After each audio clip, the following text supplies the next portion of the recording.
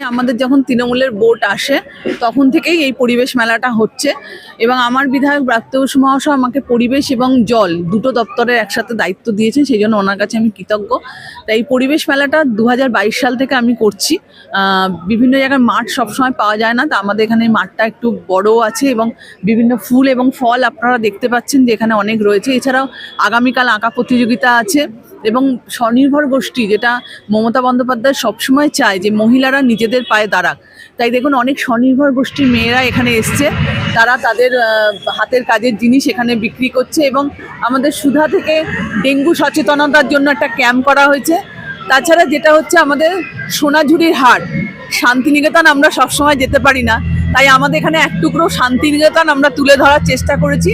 এখানে সোনাঝুরির হাট, সেখানেও তাদের নিজেদেরই হাতের তৈরি কাজ এবং স্বনির্ভর গোষ্ঠীর মেয়েরাই সেটা করছে। এই পরিবেশের মেলার মাধ্যমে সমাজ মাধ্যমকে এবং আপনার যে ওয়ার্ডের মানুষকে কি বার্তা দিচ্ছে? মানুষকে আমরা সারা বছরই আমরা মাইকিং করি, আমরা সবসময় বার্তা দিই। এটা একটা স্পেশাল এই 3 দিন 17, 18, 19। আগামীকাল আঁকা আছে বাচ্চাদের, সেখানেও একটা পরিবেশ সচেতনতা হবে এবং বিভিন্ন সময় আমরা মানুষের পাশে পৌঁছে যাই। আমরা গাছ প্রদান করি, বাচ্চাদের হাতে গাছ তুলে দিই।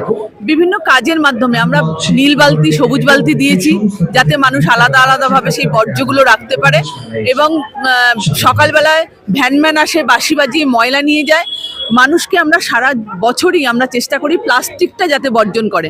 আমরা পুকুরগুলোতে অনেক সুন্দরভাবে তৈরি করার চেষ্টা করছি যাতে মানুষ পুকুরে নোংরা না ফেলে। পুকুরের মধ্যে যদি প্লাস্টিক ফেলে তাহলে মাছগুলো মরে যাচ্ছে, নিঃশ্বাস নিতে পারছে না। তার জন্য আমরা পুকুরগুলোকে সংরক্ষণ করার চেষ্টা করছি।